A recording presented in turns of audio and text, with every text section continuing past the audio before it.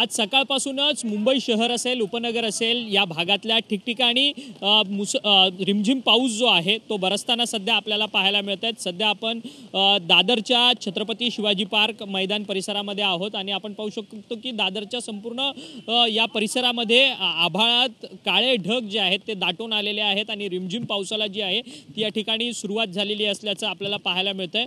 शनिवारचा दिवस आहे आणि शनिवारी वीकेंड असतो आणि त्यामुळे अनेक ऑफिसेसला, कार्यालयाला सुट्टी असते आणि त्या निमित्ताने अनेक कर्मचारी जे आहेत ते शिवाजी पार्क मैदान परिसरामध्ये येत असतात आणि काही तरुण मंडळी जे आहेत ते या ठिकाणी मैदानामध्ये क्रिकेट आणि फुटबॉल खेळण्याचा आनंद लुटत असतात। या पावसामध्ये देखील आपण पाहू शकतो की तरुणाई जी आहे ती या ठिकाणी क्रिकेट खेळण्याचा आनंद जो आहे तो घेताना आपल्याला सध्या पाहायला मिळत आहेत।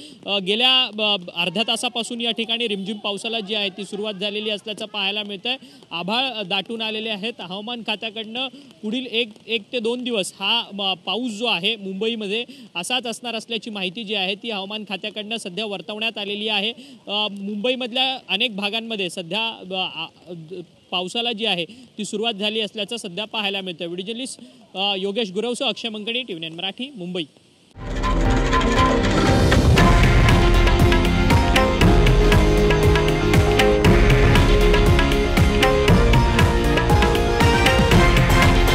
हे आहे देशातील नंबर 1 न्यूज नेटवर्क आणि आपण पाहत आहात TV9 मराठी, एकमेव।